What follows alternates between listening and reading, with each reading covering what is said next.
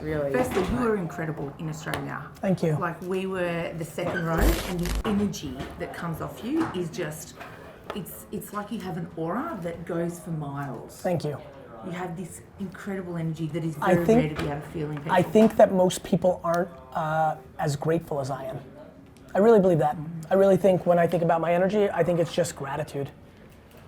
I really do. Perspective. Yeah. Like I really struggle with being upset about what everybody spends their time being upset about. Like losing an account or having somebody make fun of you, or like just like it's just really hard to get upset about things other than the health of the 11 people I give a shit about. I love it. And then so everything else it's just binary. Yeah. That's what's worth being upset about, and then everything else is awesome. Yeah. You know? I love that. We've been watching so much of your content. And we look at people walking in this room and they play it so cool, yeah? Like they're all sitting back going, I'm too cool for school. I couldn't wait, I was like bursting to get in here and be like, this is it. We're so, like we've come It's so from cool. Australia. I can't believe how cool this room has become to like entrepreneurs. Makes me so happy. It's just iconic, yeah? Yeah. So you know what we're like? We're like the 40-plus-year-old people who started, a couple of years ago. I get it. Like entrepreneurs, yeah? We've both been speakers in schools and universities around Australia for like 17 years. Yes. Teenagers. Yes. And parents. So we create content for parents. Yes. We create content for teenagers to help them get through that, the really tough time I in love their it. lives. So I talk about drugs, alcohol, safe partying, night clubbing, when they go out, keeping themselves safe. And I talk about careers, bullying, cyberbullying, stress management, body image, teamwork, leadership. Yeah, so it's awesome. all about teams. Let's go. Let's get right into it. So it's great. So, all right. So tell us who you are and what your story is. I'm Gary Vaynerchuk. My story is a classic American immigrant story. I was born in Belarus in the former Soviet Union. I came here when I was a little kid. I lived in a studio apartment the size of the office we're in with 7 family members, depending on the day of the week. Extremely humble beginnings. Didn't speak the language, got picked on because I didn't speak the language, but then had an amazing childhood. Very quickly, my dad worked his butt off and became a manager of a liquor store, which allowed us and afforded us to move out to Edison, New Jersey. And there, I became an entrepreneur. I played plenty of wiffle ball and Nerf football and a lot of games, but in hindsight, I spent an ungodly amount of time on car washes, on lemonade stands, on raking leaves, on singing Christmas carols, anything to make $1. Anything. And that led to baseball cards, which then led to a very successful entrepreneurial career in the wine business, which was my dad's business. In investing, Tumblr and Twitter and Uber stocks are hanging around here, and I invested in those pre-IPO. And now we're sitting in VaynerMedia, which is a $150 million agency. And then obviously along the way, I've also built out a personal brand that's led to what's about to be my 5th New York Times bestselling book, and a career where I'm getting, the fact that I get paid more to give a 1-hour speech today than I made for the whole year just, 15 years ago is just scary exciting, and so that's been fun, and as you guys know, have really inspired an interesting conversation amongst a lot of people, a slightly different take, I think, on what is I don't think of myself as a motivational speaker, but I'm clearly a personality that has been able to get people to get results, which you can't imagine how proud of I am. Yeah. Well, what kind of teenager were you? I was a great teenager. I'm writing a book called Perfectly Parented, so it's interesting to hear what you guys... Wow, this is awesome. So I'm writing a book called Perfectly Parented, and it's the perspective of a kid who feels his parents perfectly parented him. My mom and dad, so I never did I did nothing wrong except get bad grades. So I never disrespected anybody. I never did cliche drugs and alcohol stuff. I was the nicest kid. I was friends with everybody in my high school. I worked every minute. I went to like 7 high school parties in my life. I just worked. I helped around the house because I was the oldest. I was a ridiculously good kid, yet I wasn't like a square, or meaning I had fun, I enjoyed it. Like my high school years were very simple. I worked every minute, which was the happiest moments of my time, whether it was doing baseball card shows, selling at flea markets, or working in my dad's liquor store, or I was in school being miserable. I didn't play sports. I played tennis for 2 years, but I barely played sports. I didn't chase girls for the most part. Like, I just was very focused on being an entrepreneur from a very young age, and I was obsessed with not making my mom upset. I love that. A lot of teenagers, seeing as I'm a mum, It's just true. Like, my mom guilted me into being a great child and a great teenager, and I think that's what I do to my employees. How? Yeah. By providing so much love and support that the fear is letting them down. Guilting. Iris was gonna leave after working for a year. That was her plan, that was her thoughts, but she's still here because it's better to be here than it's not to be here. Well, a lot of teenagers actually disconnect from their parents. Because their parents are screwing up. Their parents are doing the wrong thing. Their parents care about themselves, not their kids. Parents are struggling out there because they're insecure and they're parenting their children based on the judgment of other parents, not based on putting their kids in this position to succeed. So you never disconnected from your parents at any time? I want to reconnect into my parents right now. I love them so much. I want to live with my parents now. But you have to understand why. My mom's entire framework was supporting me, not, she was in a cocoon. My mom didn't give a shit what another parent thought about me. So how does that happen? How did she get Self-confidence. that and then pass it on to you? Self-confidence. Where did that come from Yeah, I mean, her? I don't know because my mom lost her mom at 5. Right. So She grew up in Soviet Russia, which is a very negative place. It was just in her. It was a DNA trait. Yeah. Maybe it was overcorrection for not having a mom. She wanted to be the best. I haven't really deeply psychoanalyzed my mom yet, but you know, she boy, did she do a good job. And I think, you know, again, I think the reason I'm popular as a personality is because I'm better to my audience than anybody else. Yeah. I don't want to trick you into anything. That's what you feel on stage. Yeah. You know why you felt it? Why? It's because I genuinely want you to win. And there's nothing else. Because it's a legacy, it's like being a parent. You being successful is an incredible indication of me. But I think most people that are motivational speakers, personalities, or running businesses are selfishly in it for what's in it for them in the short term. Yeah. Well, it's almost like this thing is, I always say I'm just the vessel for the information to come out, to be able to get to you.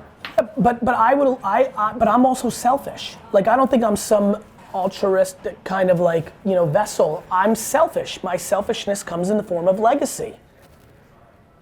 I have a funny feeling you guys aren't flying from Australia to New York for most people. Seriously not. Well, we are doing it for a lot of other people as well. Yes, but we're I'm sure. Also doing it for us because it feels good and it back feels to them. great to Yeah. be No, here. what I mean is you're not going to get dragged out yes. somewhere. I understand. What I mean is, basically my very simple thesis is, I will win Yes. if I have the delta between being financially successful and having the most people come to my funeral. Yeah. I have no interest in building a $14 billion empire and having 4 people at my funeral. I would much rather do 400 million and have 40,000 people show up to my funeral. Yeah. I think legacy is far more attractive than currency. And that's what my mom created. Like, Okay. she gave up the short-term judgment. I was a DNF student. Tyler, is my report card coming? Yeah. Good. I'm gonna hang that next somewhere here. Fantastic. I was a DNF student. You know what DNF students get from other parents? Rolling eyes, judgment, and condescending comments. But my mom raised the biggest winner in that high school. Yeah. Long-term win. So how are you instilling these values into your kids right now? What are you actually doing? Listening. They're 5 and 8. I'm listening.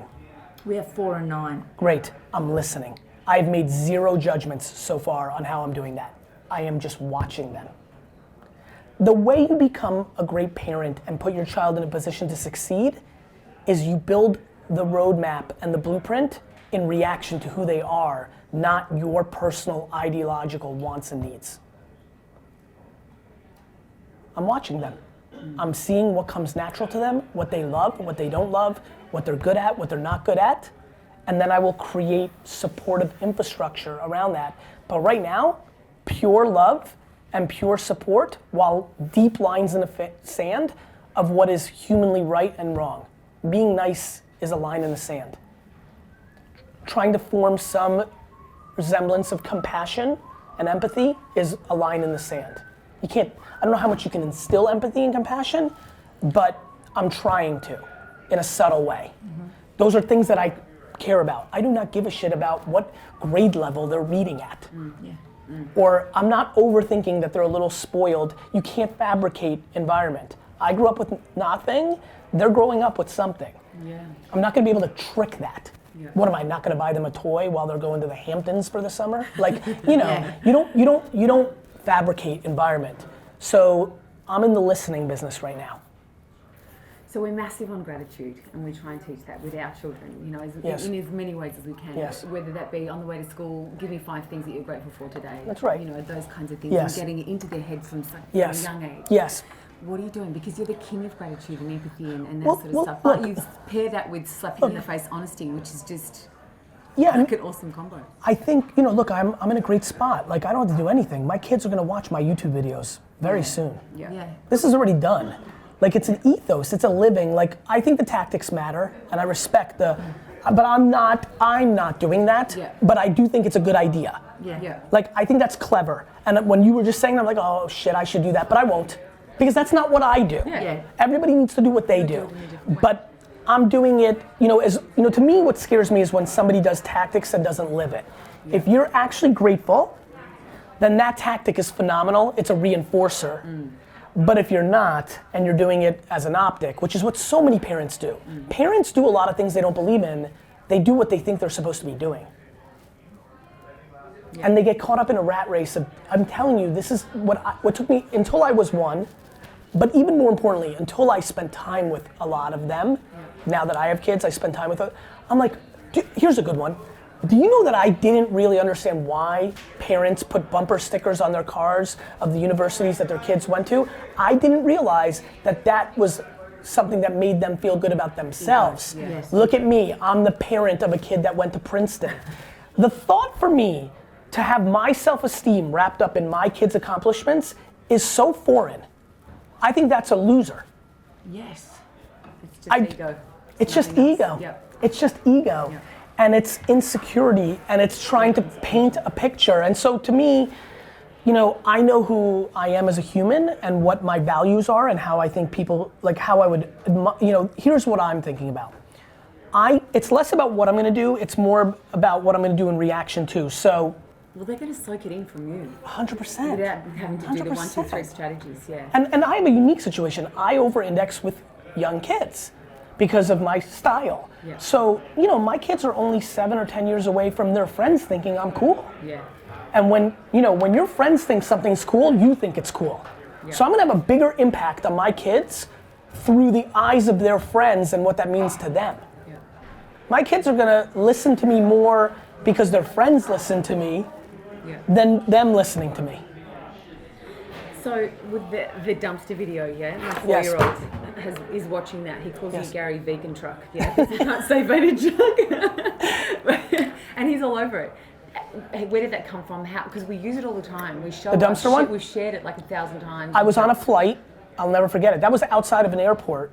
I was on a flight, and 2 people in a row DM'd me something on Instagram. I'm a listener. I'm a counterpuncher.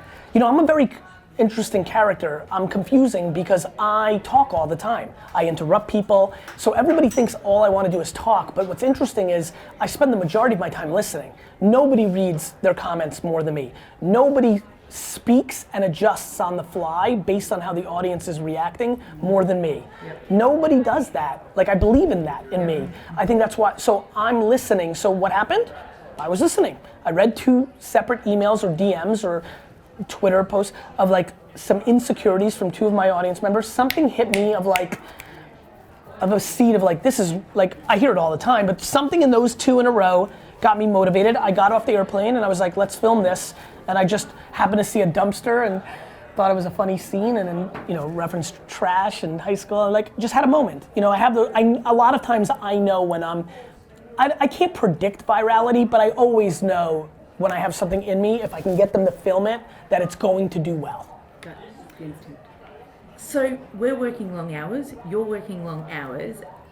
How do you ever feel guilty that if you're not being, Never. you're not going to different things, Nope. you don't feel guilty? And what would you say to a parent that may be feeling guilty that they're not able to get to all the school plays? I would tell them, Things? who gives a shit of what Garyvee thinks, and you do you. Yeah.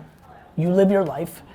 I'm just a little practical about this. I think it's more important to love your child unconditionally and support them than to be at every event. So a lot of parents go to every event, but they're undermining their children's happiness and self-confidence because they themselves are insecure. So to me, it's just checking a box. So what, you're a big shot because you went to every Little League game, but meanwhile you're an alcoholic, or you're insecure and you're trying to suppress your child, or you tell them that they can't do, or you make them over practice baseball because it makes you feel good if they get a scholarship around baseball. So I'd much rather miss every other play and recital and ball game, but make my kids emotional ninjas.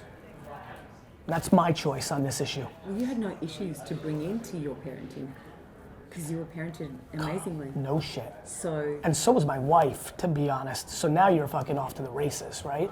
Yeah. Because people are listening to me. I'm penetrating. Like you know why? Because I'm speaking the truth. You and I we're doing a show right now. Yeah. I'm bringing up thematics in parenting that I'm struggling to see people talk about. Because I'm getting to the part that nobody wants to talk about. The truth. The truth is you're struggling with parenting because it's all about you. Absolutely. Do you know how many parents you're saying that you want your kid to be well-rounded and so they're in violin and sports and this, that, but it's because you want to go cycling and have a coffee with your girlfriends. That's the truth. Yeah. So either we're going to talk about the truth or not. You're saying that you're going to pay, wow, what a great dad I am. I'm sending Ricky to the best baseball camp this year and I'm working hard to pay for it. You like bragging that little Ricky's a great fucking baseball player. It's selfish. I'm just not about that. Not with my audience. It's about them, and definitely, obviously, not with my kids. It is about them. And I'll get mine in the residuals. My mom is like walking around like like my mom and I talk every morning, sometimes I can go a week without talking to her, so it's not even like, it's not like this cliche, I talk to my mom every day. I'm talking to my mom right now.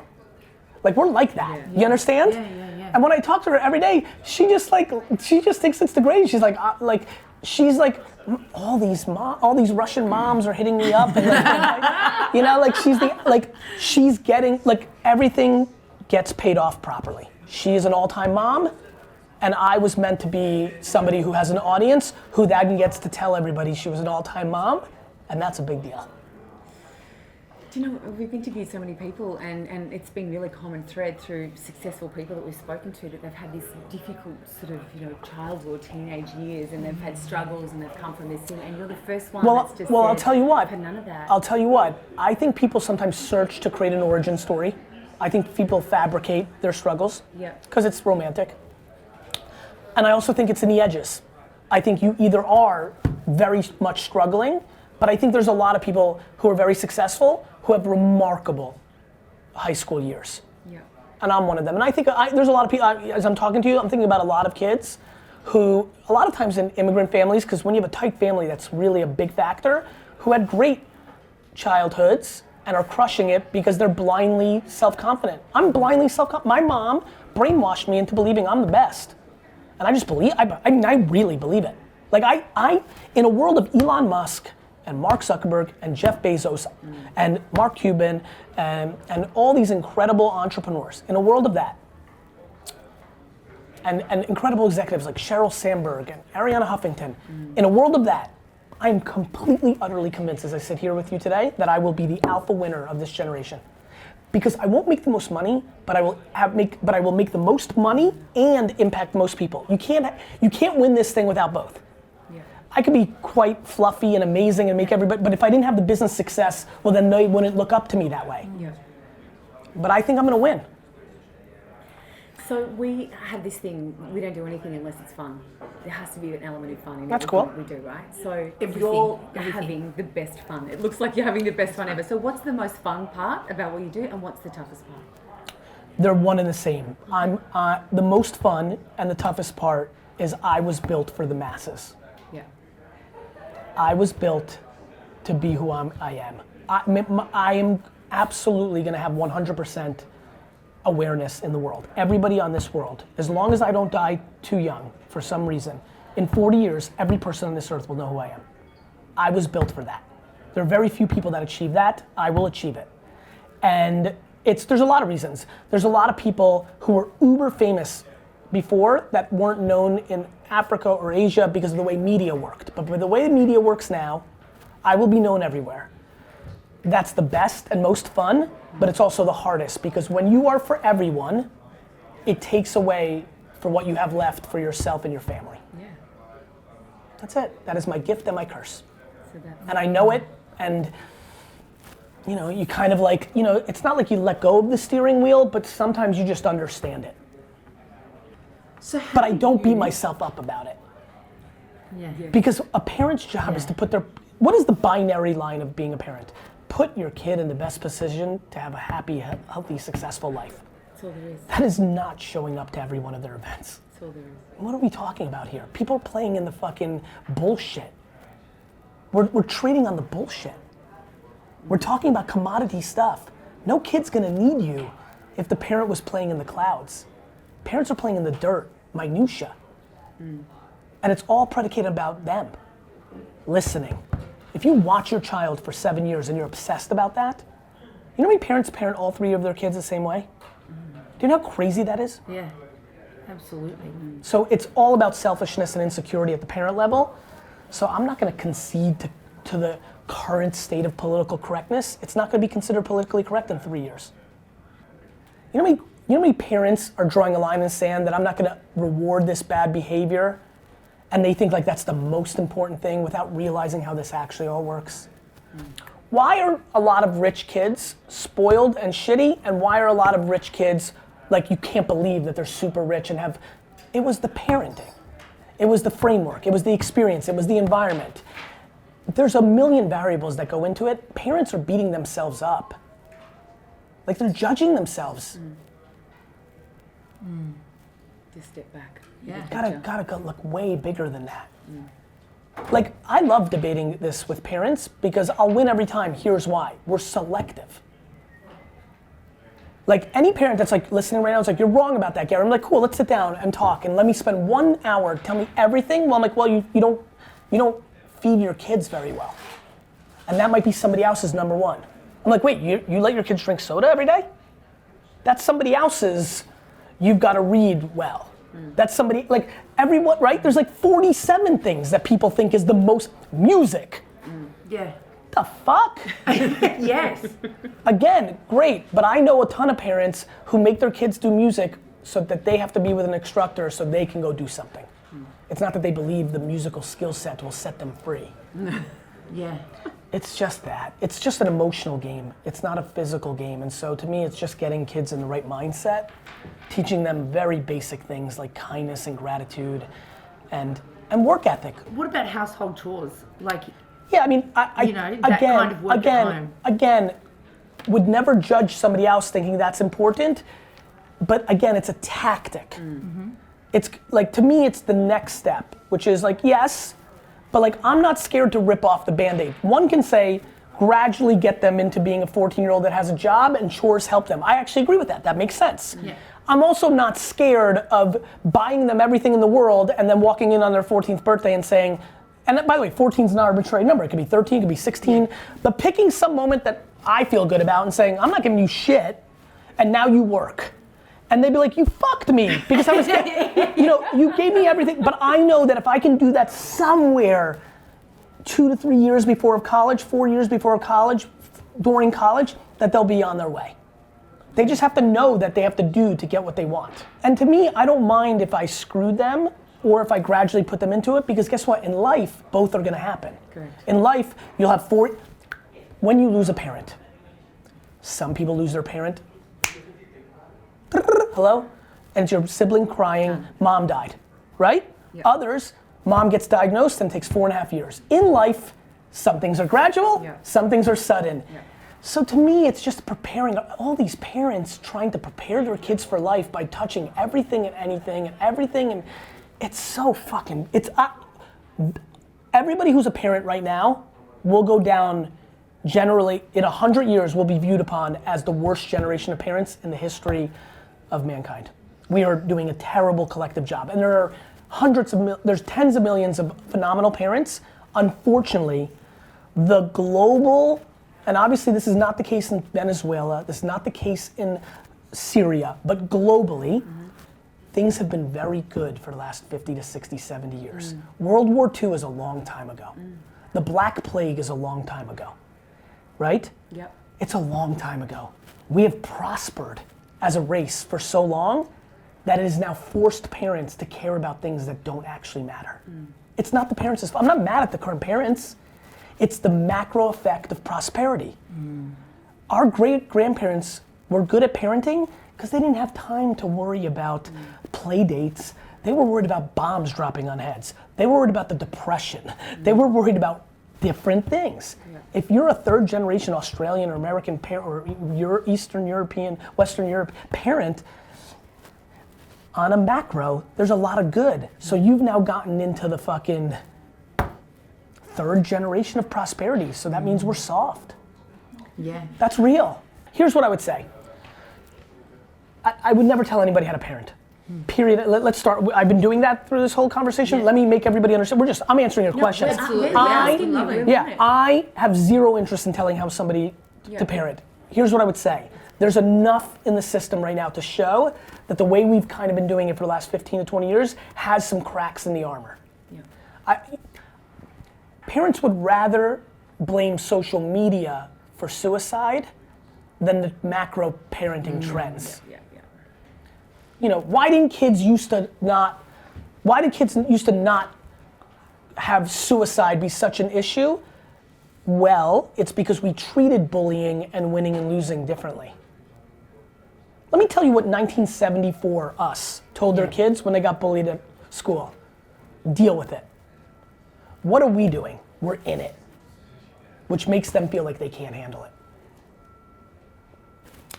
Now, do I think us parenting is the only reason there's suicide rates up? Of course not. There's a million variables. Modern medicine, diet, information, but it's not social media.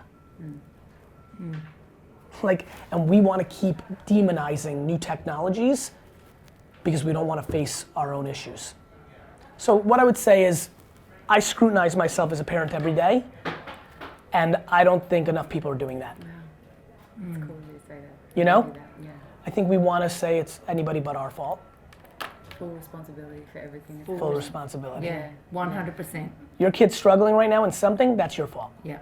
Whether it's his or her fault, whether it's somebody else's fault, it's a great strategy to think it's yours. Whether it's true or not. Yeah. So Gotta go, Ty? Let's say 2 minutes. Let's say I'm a teenager. Yes. And my parents have let me win on Battleship. Yes. And let me win on things. Stop blaming them, because that's what every teenager is running. I get every DM. Yeah. My parents fucked me. They made it so easy. I love this. They made it so easy for me. Like, my parents fucked me. They made it so easy for me, now I'm struggling. I'm like, okay. Like, deal with it. We're treating teenagers like 3-year-olds instead of, like, we're going down instead of up. One of the most powerful things. Hey, Sally, 14 years old, from, the Gold Coast. That's what happened. Here's a lot of other things that happened. Yeah. You're pretty, you're good at sports. You're not pretty, you're not good at sports. You're good at math, you're bad at math. Like, it's your life. So now what? You can spend all your energy dwelling and blaming, or you can realize that if you're capable of taking on responsibility and going forward right now, you will win in life. Now that's heady shit for a 15-year-old. Because I see it go over their head plenty of times, but here's my point. That's the right answer, and more importantly, if 1 out of every 4 of them take it, you're making an impact. I think this is the difficulty for you guys. Making a message consumable to more usually means that it's not impacting anyone. Really? Yep. This is if you ask me what I would, without knowing anything about you, what would be my intuition, that if you said, hey, come and analyze us, I would say, without knowing anything, because it's 99.9% of what's happening in the world, as you go through it, everybody tries to find that Mendoza line that can affect as many people as possible without realizing that then it gets too vanilla and it's not doing what they want for anybody. I'd rather impact 1 out of every 17 teenagers to meaningfully change than 0 out of 17 by pandering and wavering in a couple places to make it seem more consumable. It's tough. You see where I'm going? Yeah, absolutely. But I think that, I think that's why that so many teenagers that get us, because we're doing that. We're keeping it really real, and we're. And so what I would tell you is go even further. Well, that's the next step. Go one step further. Whatever you believe in that you're milking down, go harder. Because the only reason you're not is you're worried about what's coming back when you go there. And it can come in a million ways. They won't get it, which is nice to think, or, ooh, that would be tough for parents to hear, or tough for kids to hear. Like, it's one or the other. I think that's the truth. Your truth and your opinion at its strength is its purest form, not watered down. Yeah. 100%. Right. With all of our hearts, Gary, to the gratitude that is full, like so much, it is bursting out.